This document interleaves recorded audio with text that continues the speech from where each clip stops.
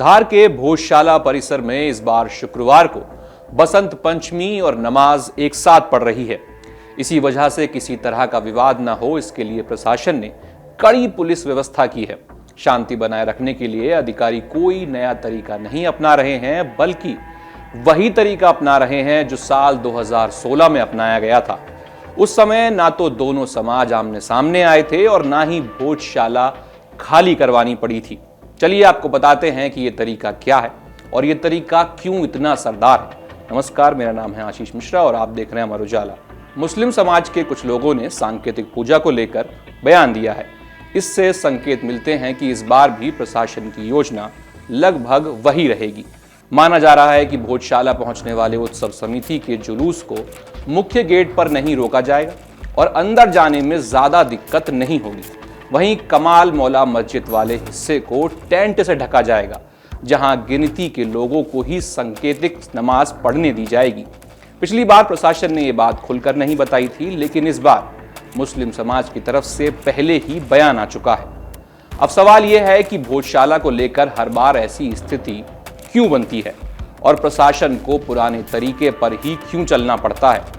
इसकी वजह भोजशाला से जुड़ा पुराना धार्मिक और ऐतिहासिक विवाद है, जो कई सालों से चलता आ रहा है। इसे समझने के लिए इसके इतिहास को जानना जरूरी है।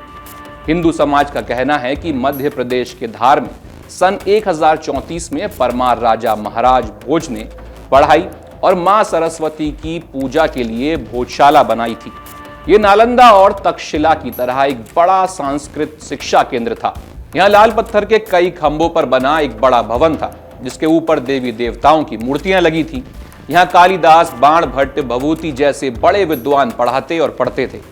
भवन के बीच में एक बड़ा यज्ञ कुंड था, जहां सन 1035 में कई राजाओं की मौजूदगी में 40 दिन का यज्ञ हुआ। इसी दौरान बसंत पंचमी के दिन मां सरस्वती की संगमरमर से बनी मूर्ति की स्थापना की गई। सन 1259 में अरब मूल के कमाल मौलाना धार आकर रहने लगे। इसके करीब 30 साल बाद सन 1305 में अलाउद्दीन खिलजी ने मालवा पर हमला किया और वहां अपना शासन कायम किया। इस दौरान भोजशाला समेत कई धार्मिक और ऐतिहासिक इमारतों को नुकसान पहुंचाया गया। सन 1401 में दिलावर खां गौरी ने मालवा पर कब्जा कर लिया और विजय मंदिर को तोड़ दिया। इसके बाद सन 1514 में महमूद शाह खिलजी सेकंड ने भोजशाला को मस्जिद बनाने की कोशिश की। उसी समय कमाल मौलाना की याद में भोजशाला के बाहर एक मकबरा बनवाया गया, जबकि उनकी मौत सन 1310 में अहमदाबाद में हो चुकी थी। अंग्रेजों के समय सन 1875 में भोपावर के एक अधिकारी मेजर किनकैड ने भोजशाला की खुदाई करवाई। इसमें जमीन के अंदर दबी मां सरस्वती की मूर्ति मिली, जिसे बाद में लंदन ले जाया गया। ये मूर्ति आज भी ब्रिटिश म्यूजियम लंदन में रखी हुई है। बसंत पंचमी पर हिंदू समाज को कुछ शर्तों के साथ पूजा की अनुमति दी गई है, जबकि मुस्लिम समाज को पूरे साल हर शुक्रवार नमाज की इजाजत मिली। इसके विरोध में हिंदू समाज ने भोज उत्सव समिति के नेतृत्व में हर मंगलवार भोजशाला के बाहर धरना देना शुरू किया। 18 फरवरी 2003 को पूजा के लिए आगे बढ़ रहे लोगों पर पुलिस ने लाठीचार्ज कर दिया। अगले दिन 19 फरवरी को पूरे धार जिले में आंदोलन हुआ। इसमें पुलिस की गोली से 3 हिंदुओं की मौत भी हो गई।